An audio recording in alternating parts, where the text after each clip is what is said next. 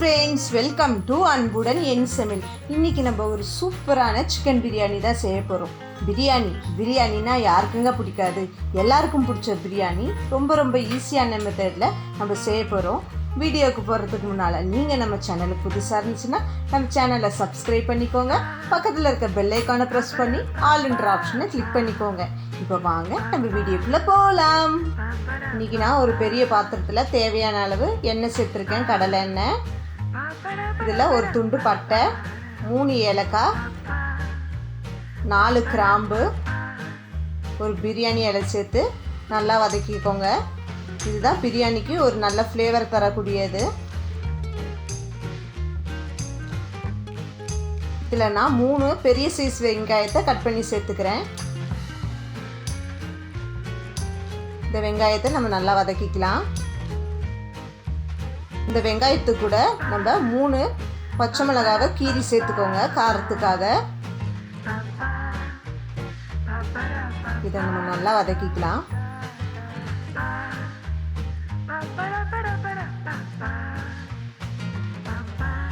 ரெண்டு ஸ்பூன் போல் இஞ்சி பூண்டு பேஸ்ட்டு நான் ஃப்ரெஷ்ஷாக அரைச்சி சேர்த்துக்கிறேன். இப்போ இதை நம்ம நல்லா மிக்ஸ் பண்ணிக்கலாம். இஞ்சி பூண்டு பேஸ்ட்டோட பச்சை ஸ்மெல் போகிற வரைக்கும் இதை நம்ம நல்லா வதக்கிக்கணும்.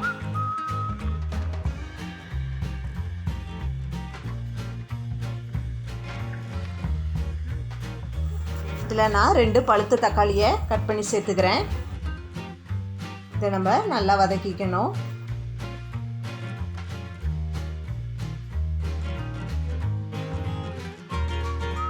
இதில் நான் ஒரு கொத்து போல் கொத்தமல்லி சேர்த்துக்கிறேன்.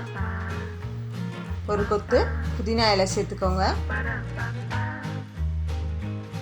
இந்த புதினா கொத்தமல்லி பிரியாணிக்கு ஒரு நல்ல வாசனையும் ஒரு நல்ல டேஸ்ட்டும் கொடுக்கும். நம்ம நல்லா வதக்கிக்கலாம்.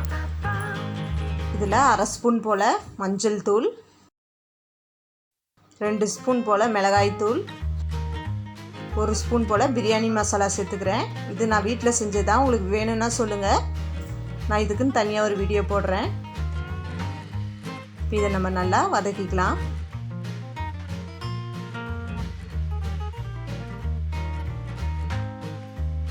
இந்த வெங்காயம் தக்காளி இந்த மசாலாலாம் நல்லா ஒன்று சேர்ந்து ஒரு 2 நிமிஷம் போல் நல்லா வதங்கணும்.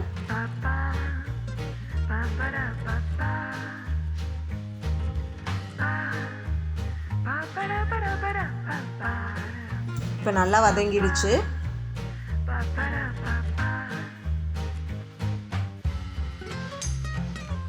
இன்றைக்கி நான் 1 கிலோ போல் க்ளீன் பண்ண சிக்கனை இதில் சேர்த்துக்கிறேன்.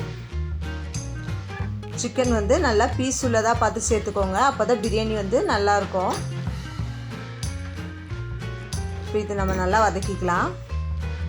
இந்த சிக்கனில் இந்த மசாலாலாம் நல்லா இறங்கணும். நம்ம நல்லா கிளறி விட்டுக்கலாம்.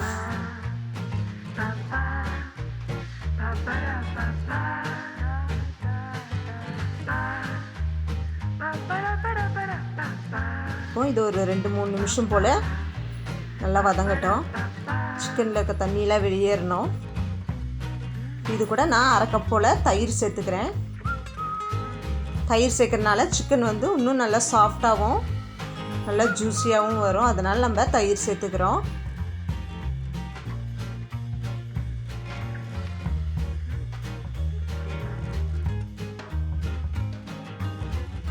நம்ம நல்லா மிக்ஸ் பண்ணி விட்டுக்கோங்க.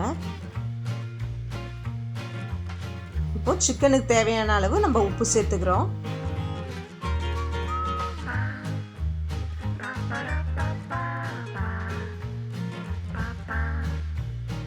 இப்போது சிக்கன் ஒரு 50% போல் நல்லா வெந்துருச்சு. இந்த சிக்கனுக்குள்ளே மசாலாவெல்லாம் நல்லா இறங்கியிருக்கு. இப்போது இந்த ஸ்டேஜில் நம்ம தண்ணி சேர்க்க போகிறோம். நான் இன்றைக்கி 3 கிளாஸ் பாஸ்மதி ரைஸ் எடுத்திருக்கேன். அதுக்காக 6 கிளாஸ் தண்ணி சேர்த்துக்கிறேன். 1 கிளாஸ் அரிசிக்கு நம்ம 2 கிளாஸ் போல் தண்ணி சேர்த்துக்கணும். அரிசிக்கும் இந்த தண்ணிக்கு சேர்த்த மாதிரி நம்ம உப்பு சேர்த்துக்கலாம். ஏன்னா சிக்கனுக்கு நம்ம ஏற்கனவே உப்பு போட்டிருக்கோம். இப்போ உப்பு கொஞ்சம் தூக்கலாக தான் இருக்கும். இப்போ பாருங்கள், இந்த தண்ணி நல்லா கொதிச்சிருச்சு. இப்போ நம்ம ஊற வச்சுருக்க பாஸ்மதி ரைஸை சேர்த்துக்கலாம். பாஸ்மதி ரைஸை நான் க்ளீன் பண்ணி ஒரு அரை மணி நேரம் போல் ஊற வச்சுட்டு இப்போ நான் சேர்த்துக்கிறேன். தண்ணி கொதிச்சதுக்கப்புறம் தான் அரிசி போடணும். அரிசி போட்டாச்சு. இப்போ நம்ம மெல்ல கிளறி விட்டுக்கலாம். வேகமாக கிளறினோம்னா பாஸ்மதி ரைஸ் வந்து உடஞ்சிரும். உடஞ்சிருச்சுன்னா நம்மளுக்கு அந்த நீட்டாக வராது, உடஞ்ச மாதிரி வரும். அதனால் பொறுமையாக கிளறி விடுங்க. இப்போ இதை நம்ம ஒரு மூடி போட்டு ஒரு 10 நிமிஷம் போல் வேக வைக்க போகிறோம். 10 நிமிஷத்துக்கு அப்புறம் ஓப்பன் பண்ணுறேன். இப்போ நம்மளுடைய பிரியாணி வந்து கரெக்டாக ரெடி ஆகிடுச்சு. நம்ம 90% போல் இந்த பிரியாணி வந்து ரெடி ஆகிடுச்சு. நம்ம பொறுமையாக கிளறி விட்டுக்கலாம்.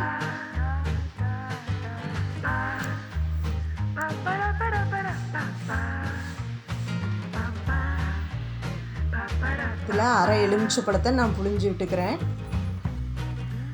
ஒரு ஸ்பூன் போல் நெய்யும் சேர்த்துக்கிறேன். இதை மறுபடியும் நம்ம ஒரு 2 நிமிஷம் போல் அடுப்பு ஃபுல் சிம்மில் வச்சோம்னா மீதி 10% நம்மளுக்கு ரெடி ஆகிடும்.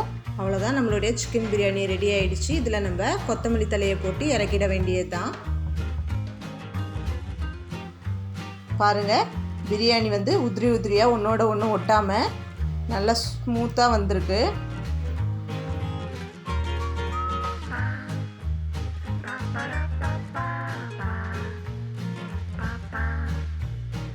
அவ்வளோதான், நம்ம சிம்பிளான சூப்பரான சிக்கன் பிரியாணி ரெடி ஆகிடுச்சு.